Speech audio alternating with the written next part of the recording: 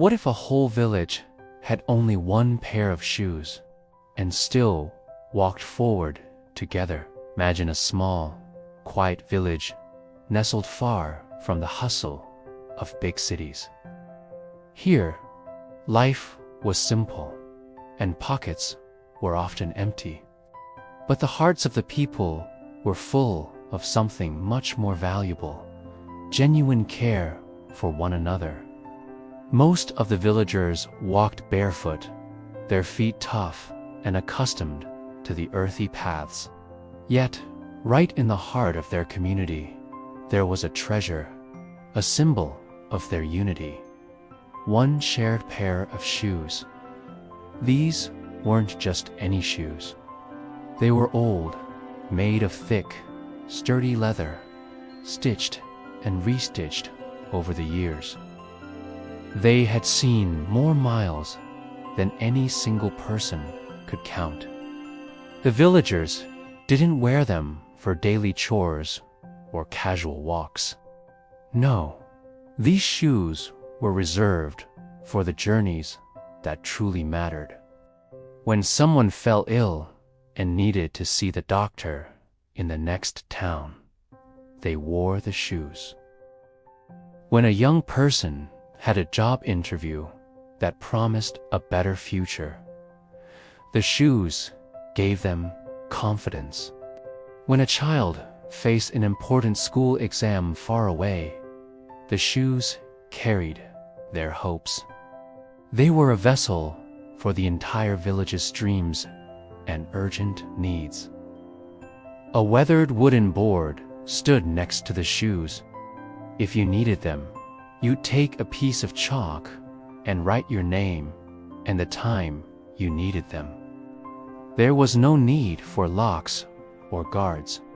No one ever tried to take more time than they needed or jump the queue. An unspoken respect flowed through the village, a deep understanding that the next person's journey was just as important as their own. Everyone honored the schedule because they knew the shoes belonged to all of them, a lifeline they all depended on. Then, one sunny morning, a dilemma arose. A bright young boy, a promising student, was scheduled to take a crucial entrance exam in a distant town. This exam could change his life and, by extension, bring pride and opportunity to the village. He carefully wrote his name on the board.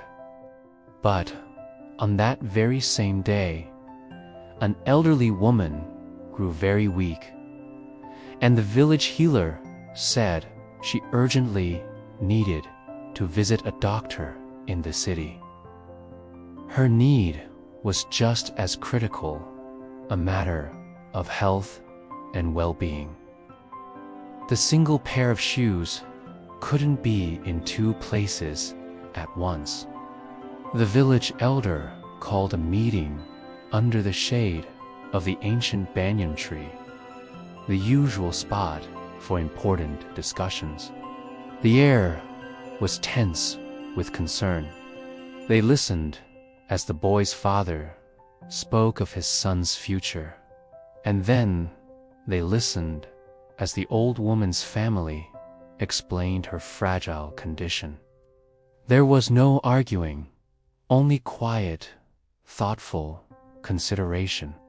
After a long silence, a solution emerged, born from their collective wisdom and compassion.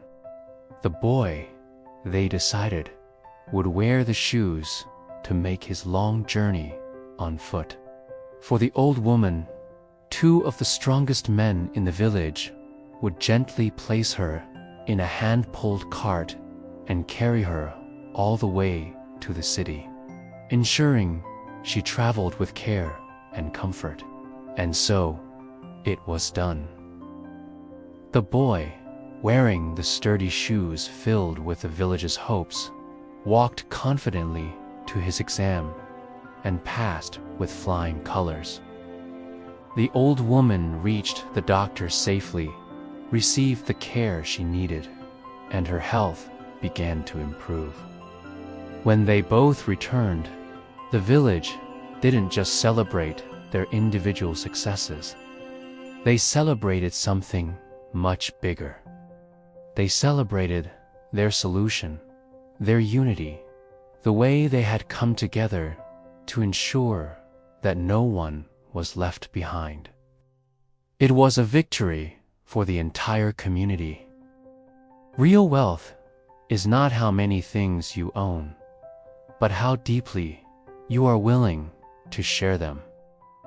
It's the strength found in community and the love that connects us. As the sun set, a group of children gathered, carefully cleaning and polishing the old shoes, their small hands working together. They placed them back by the door, ready for the next person, the next journey, the next chapter in their shared story. If you enjoyed this story, please like and subscribe to our channel, Learn English with Stories. Thanks for watching.